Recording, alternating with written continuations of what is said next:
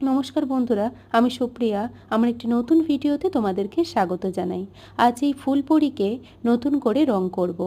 ফুলপরী বলতেই সেই ছোট্টবেলার কথা মনে পড়ে বলো। ঠাকুমা দাদুর থেকে গল্প শোনাই হোক কিংবা গল্পের বই পড়াই হোক, পরীর একটা আলাদা জগৎ আমাদের কাছে ছোটবেলায় ছিল।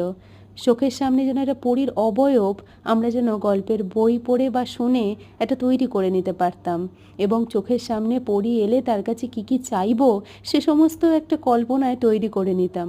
কিন্তু বর্তমান শৈশবকাল হোক বা কৈশোরকালই হোক, এই ফোন, অনলাইন গেম এ সমস্ত করে তারা যেন কল্পনার জগৎ থেকে হারিয়ে বাস্তবতা খুব ছুঁতে চায় এবং খুব তাড়াতাড়ি ছুঁতে চায়।